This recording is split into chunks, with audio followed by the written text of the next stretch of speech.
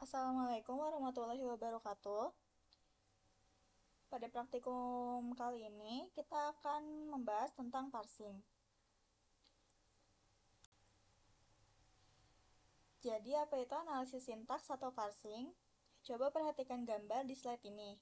Bayangkan kita punya sebuah kalimat atau string mentah. Parsing adalah proses menelusuri kalimat mentah tersebut sampai kita bisa memetakannya ke sebuah simbol awal dari aturan tata bahasa atau grammar. Hasil akhir dari penelusuran ini selalu berupa pohon sintaks. Pohon ini ibarat peta atau bukti nyata yang menunjukkan bagaimana struktur kalimat tersebut dibentuk langkah demi langkah. Sebelum masuk lebih jauh, kita harus kenalan dulu dengan anatomi pohon sintaks. Di sebelah kiri ada tabel derivasinya dan di kanan adalah bentuk pohonnya. Ada 3 bagian utama yang perlu kalian ingat. Yang pertama itu adalah root atau simbol awal. Ini adalah akar atau titik paling atas dari pohon. Yang kedua adalah non-terminal. Ini adalah cabang-cabang di tengah. Kenapa disebut non-terminal? Karena mereka ini masih bisa diturunin lagi jadi cabang lain. Contohnya di sini A itu bisa diturunin lagi jadi 4. Yang terakhir itu adalah terminal atau leaves. Ini adalah ujung daun dari pohon kita. Mereka ini adalah kalimat nyata atau input yang sudah tidak bisa diturunkan lagi.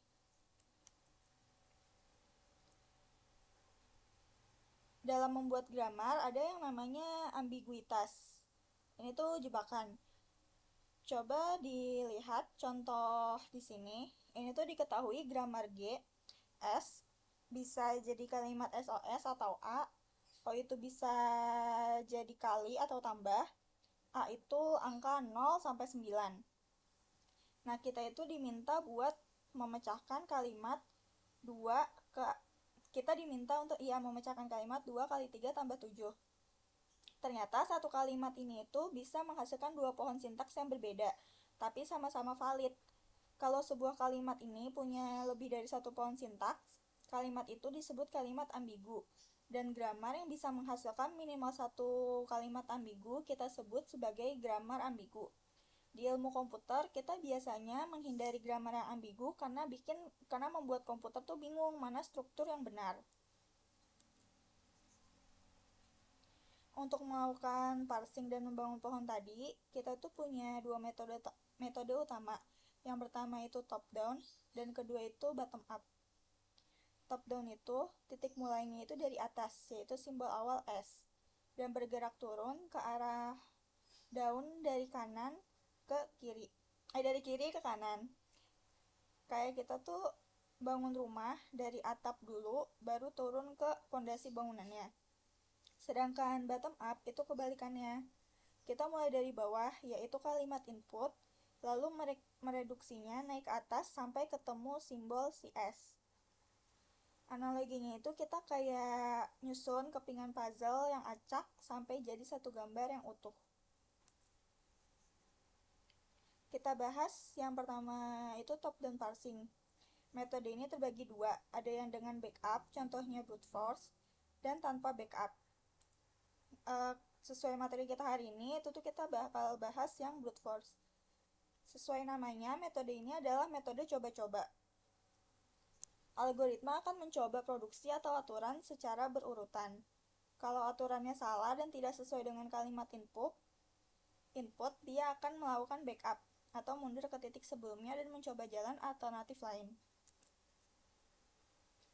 Contoh soal brute force-nya itu kayak gini.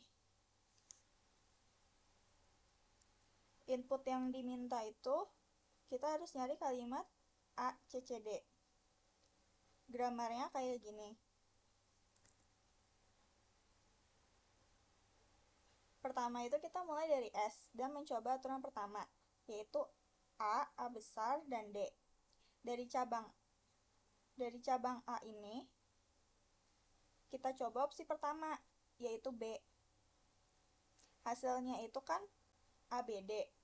Nah, ini tuh salah, karena yang diminta itu ACCD. Karena A itu udah nggak punya alternatif lain, maka algoritma itu terpaksa mundur. Jadi, mundur lagi ke yang S ini.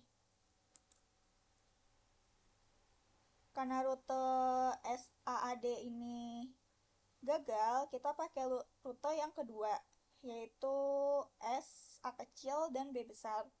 Dari B ini, kita turunkan menjadi CCD sesuai aturan. Sekarang kita baca panahnya dari kiri ke kanan, sesuai dengan hasil yang diminta, yaitu ACCD. Nah, karena dia berhasil, maka ini tuh terbukti sukses. Sekarang kita pindah ke metode bottom up. Konsep utamanya itu layaknya sebuah proses kompresi. Alih-alih menebak dari atas kayak brute force tadi, metode ini berangkat dari kalimat utuh di paling bawah.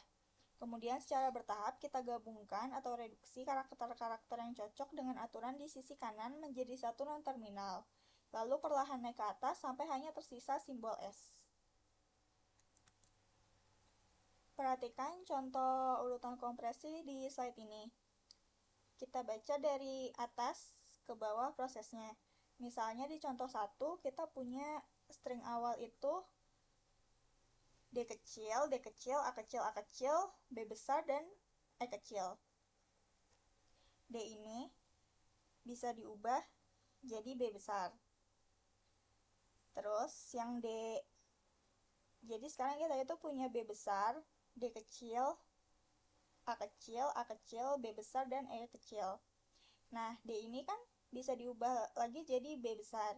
Jadi sekarang itu kita punya B besar, B besar, A kecil, A kecil, B besar, dan E kecil. Nah, di sini kan kita mau nyari kalimat B, BS. Nah, kita sekarang itu sisa A kecil, A kecil, B besar, dan E kecil. Nah, di S ini kan dia itu A kecil, A besar, B besar, E kecil. Karena dia nggak sesuai, makanya dia nggak bisa pakai si S, jadi dia itu gagal. Sekarang kita coba contoh yang kedua. B ini tuh bisa diganti jadi si A. B kecil juga bisa diganti jadi si A. Nah, A kecil ini bisa kita ganti jadi B. Jadi sekarang itu kita punya A besar, B besar, terus sisa yang harus kita cari itu A kecil, A besar, B besar, dan E. Nah, kita lihat yang ini A kecil, A besar, B besar, E kecil itu kan sesuai sama yang S. Karena kita disuruh nyari kalimat AABS, maka yang kedua itu valid. Gitu. Pokoknya kalau bottom up itu kita lihat dulu kalimat ininya, terus kita usaha biar dia itu memproses ke si S ini.